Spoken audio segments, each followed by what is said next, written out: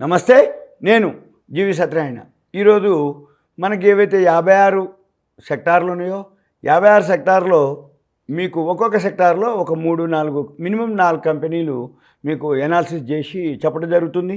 ఇప్పుడు ఈ ఎపిసోడ్లోకి వచ్చేటప్పటికి మీకు ఎన్బిఎఫ్సిలు బ్యాంకింగ్ ఫైనాన్స్ కంపెనీలు ఎన్బిఎఫ్సిలు అంటాం. ఈ ఎన్బిఎఫ్సిల్లో ఏవేవి లీడర్లు? హెచ్డిఎఫ్సి ఎంటర్ చేస్తున్నా. హౌసింగ్ డెవలప్మెంట్ ఫైనాన్స్ కార్పొరేషన్ అంటాం హెచ్డిఎఫ్సి. ఈ హెచ్డిఎఫ్సి వచ్చి మళ్ళీ మనం స్క్రీనర్ .in హెచ్డిఎఫ్సి ఎంటర్ చేయాలి. స్క్రిప్ట్ పీర్స్లోకి వెళ్ళాలి. పీర్స్లోకి వెళ్తే నెట్ ప్రాఫిట్ ఏదైతే ఉందో హయ్యెస్ట్ ఉంది, ఇదే వస్తుంది. మీకు చెప్పేవన్నీ కూడా హయ్యెస్ట్ ప్రాఫిటే, ఒక్కటి కూడా తక్కువ ప్రాఫిట్ క్వశ్చన్ లేదు. ఎందుకు అంటే ప్రాఫిట్ హయ్యెస్ట్ ఉండాలి, మార్కెట్ క్యాపిటలైజేషన్ హయ్యెస్ట్ ఉండాలి, కంపెనీ వాల్యూ ఉండాలి, కంపెనీ తెలిసి ఉండాలి, కంపెనీ ప్రోడక్టా సర్వీసా, అది బ్రాండ్ అయి ఉండాలి, ఏ గ్రూప్ అయి ఉండాలి, అది మూమెంట్ వస్తే బాగా పెరిగే అవకాశాలు ఉండాలి, మన ప్రిన్సిపల్ సేఫ్గా ఉండే అవకాశాలు ఉండాలి, గ్రోత్ ఉండాలి. అంటే ప్రిన్సిపల్ సేఫ్ ఉండాలి, రిటర్న్స్ ఉండాలి, గ్రోత్ ఉండాలి. మళ్ళీ ఏదైనా జరిగితే అంటే కొంచెమే లాస్ రావాలి, మూమెంట్ వచ్చినప్పుడు ఎక్కువ రావాలి. ఇప్పుడు మార్కెట్ బాగలేదు అయినంత మాత్రాన అదేమి జరిగే క్వశ్చన్ కాదు. మళ్ళీ బౌన్స్ బ్యాక్ అయినప్పుడు బాగా పెడుతుంది. ఓకే, హెచ్డిఎఫ్సి చూద్దాం. హెచ్డిఎఫ్సి క్లిక్ చేస్తున్నా. హెచ్డిఎఫ్సి ఏదైతే ప్రాఫిట్ అండ్ లాస్కి వెళ్తున్నా 18,740 లాస్ట్ ఇయర్ ప్రాఫిట్ వచ్చింది కింద. మళ్ళీ ఈ సంవత్సరం అంటే మార్చి 2022కి 22,595 కోట్లు రావడం జరిగింది. 18,740, 22,595, ఇదొక 2,600, అదొక అంటే 20,000కి అంటే 260, 1260, 1260, ఇదొక 600, 1855, 1855, అదొక 3 అంటే 4,855 కోట్లు డిఫరెన్స్ ఎక్కువ వచ్చింది. 4,855 అంటే 1836 అంటే నియర్లీ 24-25% రిటర్న్స్ రావడం జరిగింది, పెరగడం జరిగింది. ఇది హెచ్డిఎఫ్సి యొక్క ఇన్ఫర్మేషను. ఏమంటే మనం చార్ట్ వెళ్తుంది, ఇక్కడే ఉంటుంది చార్ట్ కూడా. చార్ట్ మళ్ళీ డౌన్ ట్రెండ్లోనే ఉంది. ఈ చార్ట్ వచ్చి 50 DMA కింద ఉంది, 200 DMA కింద ఉంది. హెచ్డిఎఫ్సి ఎప్పుడు ఎంటర్ అవ్వాలి? మీరు 50 DMA దాటినప్పుడు మీరు ఎంటర్ అవ్వాల్సి ఉంటుంది. ఇప్పుడు వీక్ ఉంది. ఇది సింపుల్గా హెచ్డిఎఫ్సి కథ. నెక్స్ట్ ఏం చేయాలి? ఇంకో స్క్రిప్ట్ ఏంది? బజాజ్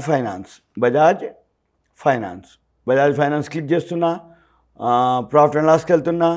ఇక్కడ లాస్ట్ ఇయర్ 4,420 కోట్లు 2021 మార్చికి, 2022 మార్చికి 7,028 కోట్లు, 44కి 7,028 అంటే అదొక 580, 2,028, 580, 600, 2,600 కోట్లు ఎక్స్ట్రా వచ్చింది. 2,600 కోట్లకి 4,400 ఎంత? 4,624, నియర్లీ 60% ఎక్స్ట్రా వచ్చింది.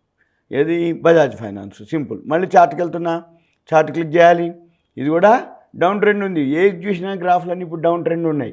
ఎందుకున్నాయి? ఈ చార్ట్ ఎంటర్ కమ్మని చెప్పట్లేదు, కంపెనీ వాల్యూసే చెప్తున్నాను నేను ఇప్పుడు. ఎందుకు అంటే మార్కెట్ ఓవరాల్గా ఫాలో అయింది. అంటే అమెరికా మార్కెట్లు, యుఎస్ మార్కెట్లు, ఏషియన్ మార్కెట్లు, మన మార్కెట్లు అన్నీ కంటిన్యూగా పడుతున్నాయి. కానీ వాల్యూ ఉన్నాయి కనుక డౌన్లోనే ఉన్నాయి కాబట్టి మనం కనుక ఎప్పుడైతే రివర్స్ అవుతుందో, వీ షేప్లో తిరుగుతుందో, 50 DMA 200 DMA దాటినప్పుడు మీరు 50 DMA దాటంగానే ఎంటర్ అవ్వండి, లేదు వీ షేప్లో దాటినప్పుడు ఎంటర్ అవ్వండి. ఇది సింపుల్గా ఎన్బిఎఫ్సికి కంపెనీలు. ఇక తర్వాత ఇంకో కంపెనీ ఇంజనీరింగ్ అండ్ కన్స్ట్రక్షన్స్. ఇప్పుడు అదేంటిది అంటే ఎల్ఎన్టీ ఏదైతే ఉందో, మెట్రో రైల్స్ ఇండియాలో ఎవరు వేయాలన్నా మెట్రో ప్రాజెక్టులు ఎల్ఎన్టీనే ఉంటుంది. కన్స్ట్రక్షన్ అంటే ఇన్ఫ్రాస్ట్రక్చరు డెవలపర్స్లో ఇది పీర్స్కి వెళ్తే ఇప్పుడు ఎల్ఎన్టీ ఉంది, మిగిలినవి కూడా ఉన్నాయి. కానీ లీడింగ్ ఏది ఉంది? ఎల్ఎన్టీ. ఏమంటే మళ్ళీ ఎల్ఎన్టీ కంపెనీకి వెళ్తున్నా. ఎల్ఎన్టీ కంపెనీ యొక్క బ్యాలెన్స్ షీట్ అవి చూద్దాము. LNT profit and loss click చేస్తే ఎల్ఎన్టీ కొంచెం తగ్గింది. 11,583 కోట్లు మార్చి 2021కి రావడం జరిగింది. మార్చి 2022 కొంచెం డౌన్ రావడం తగ్గింది అన్నట్టు. అంటే ఏం జరుగుతుంది ఇక్కడ? కొంచెం లాస్లో అంటే ప్రాఫిట్ అంత రాలేదు. కానీ గ్రాడ్యువల్గా చూస్తే మనము 2019లో 2018లో 7,000, 6,000, 9,000, 9,500, 11,500 వచ్చింది. ఇప్పుడు 80,600 వచ్చింది. కానీ వాల్యూ ఉన్నటువంటిది, స్టాండర్డ్ ఉన్నటువంటిది. మరి దీనికి సుమారు 60,000 కోట్ల రూపాయలు ఆర్డర్స్ ఉన్నాయి. మెట్రోలు అన్నీ ఉన్నాయి. కంటిన్యూ డైలీ ఏదో ఒక దగ్గర ఆర్డర్ వస్తూనే ఉంటుంది. కానీ ఇవన్నీ ఫుల్ఫిల్ అయ్యే లోపల మళ్ళీ కొత్త ఆర్డర్లు వస్తాయి. కాకపోతే ప్రాఫిట్ కొంచెం తగ్గింది, కానీ మీకేం కాదు. ఎలాంటి సేఫ్ ఉన్నటువంటిది. మీరేం చేయాలిగా, మళ్ళీ చార్ట్కి వెళ్ళాలి. చార్ట్కి వెళ్ళి చార్ట్లో చూస్తే చార్ట్ కూడా డౌనే ఉంది. కాకపోతే మీకు ఇప్పుడు చెప్పే అన్నీ కూడా ఇంట్రాడే కూడా పనికి వస్తాయి. ఇంట్రాడేలో కూడా మంచి మూమెంట్ ఉంటాయి, అప్ అండ్ డౌన్. ఎందుకు అంటే అవి ఏ గ్రూప్ షేర్లు, నిఫ్టీ 50లో ఉన్నటువంటి షేర్లు, సెన్సెక్స్లో ఉన్నటువంటి షేర్లు, ఫ్యూచర్ అండ్ ఆప్షన్స్లో ఉన్నటువంటి షేర్లు. కాబట్టి డైలీ ఇంట్రాడే చేస్తానే హెల్ప్ చేస్తాయి. డైలీ ఇంట్రాడేలో ఎంటర్ ఎగ్జిట్ అవ్వచ్చు, గ్రాఫులు ఫాలో అవ్వచ్చు. ఇంకోటి ఏంటిది, ఇప్పుడు మార్కెట్ డౌన్ ట్రెండ్ ఉంది కాబట్టి అన్ని డౌన్లో ఉన్నాయి. మీరు కనుక ధైర్యం చేసి పర్లేదులే ఏం కాదులే అనుకుంటే కొనుక్కొని ఉండొచ్చు. లేదు అనుకుంటే ఎప్పుడైతే రివర్స్ అయిద్దో, గ్రాఫ్ వీ షేప్లో తిరుగుతుందో అప్పుడు కొనొచ్చు. లేదు 50 DMA దాటినప్పుడు ఎంటర్ అవ్వచ్చు. లేదు 50 DMA దాటుతూ ఉన్నప్పుడు అబ్జర్వ్ చేస్తూ అప్పుడు ఎంటర్ అవ్వాలి. 2 పనులు. ఒకటేంది, వాల్యూ ఉంది, కంపెనీ పెన్ను నోట్బుక్ పెట్టుకొని రాసుకోవటం. రాసుకున్నాక మీరు ఏదో ఇప్పుడు నేను చెప్పే కంపెనీలు అన్నీ కాకపోయినా కొన్ని కంపెనీలను ఫాలో అవుతూ అవి రాసుకొని అది గ్రాఫ్ చార్ట్కి వెళ్ళి గ్రాఫ్ చెక్ చేస్తూ అది ఎక్కడ ఎంటర్ అవ్వమంటుంది, ఎక్కడ ఎగ్జిట్ అవ్వమంటుంది, అవన్నీ మీరు ఫాలో అవ్వాల్సి ఉంటుంది. ఏది ఇప్పుడు మనం ఇది ఎల్ఎన్టీ. మీరు సింపుల్గా ఏం చేయొచ్చు, ఎల్ఎన్టీ ఏదైతే ఫండమెంటల్స్ ఉన్నాయో ఇవన్నీ చెక్ చేయొచ్చు. మనము ఏదైతే కంపెనీలు ఉన్నాయో ప్రతి ఎపిసోడ్లో మినిమము 4 అట్లా ఎక్స్ప్లెయిన్ చేయడం జరుగుతుంది.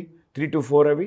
మీరేం చేయాలి, ఈ 3 to 4 కంపెనీస్ ఏవైతే ఉన్నాయో పెన్ను నోట్బుక్ పెట్టుకొని ఒక్కొక్క ఎపిసోడ్ రాసుకుంటూ దాన్ని ఇంట్రాడే కానీ గ్రాఫ్ని కానీ ఇంకొకటి కూడా పని చేయొచ్చు. ఎప్పుడైనా కానీ ఏ రోజైతే మీరు కొనదలుచుకున్నారో మార్కెట్ పెరిగింది అనుకోండి, ఉదాహరణకి మన షేర్ పెరిగిందా లేదా చూడాలి. మన షేర్ పెరిగింది కొనాలా లేదా అంటే ఉదయం పెరుగుద్ది, మధ్యాహ్నం పడింది అనుకోండి, అప్పుడు ఏం చేయాలి, నిన్నటి ధరని చూసుకొని బేస్ చేయి బై చేయాలి. ప్రీవియస్ క్లోజ్ని మనము బేస్ చేసుకోవాలి. మార్కెట్ పెరిగింది, ప్రీవియస్ క్లోజ్ కంటే మన షేర్ పెరిగింది, కొనుక్కోండి.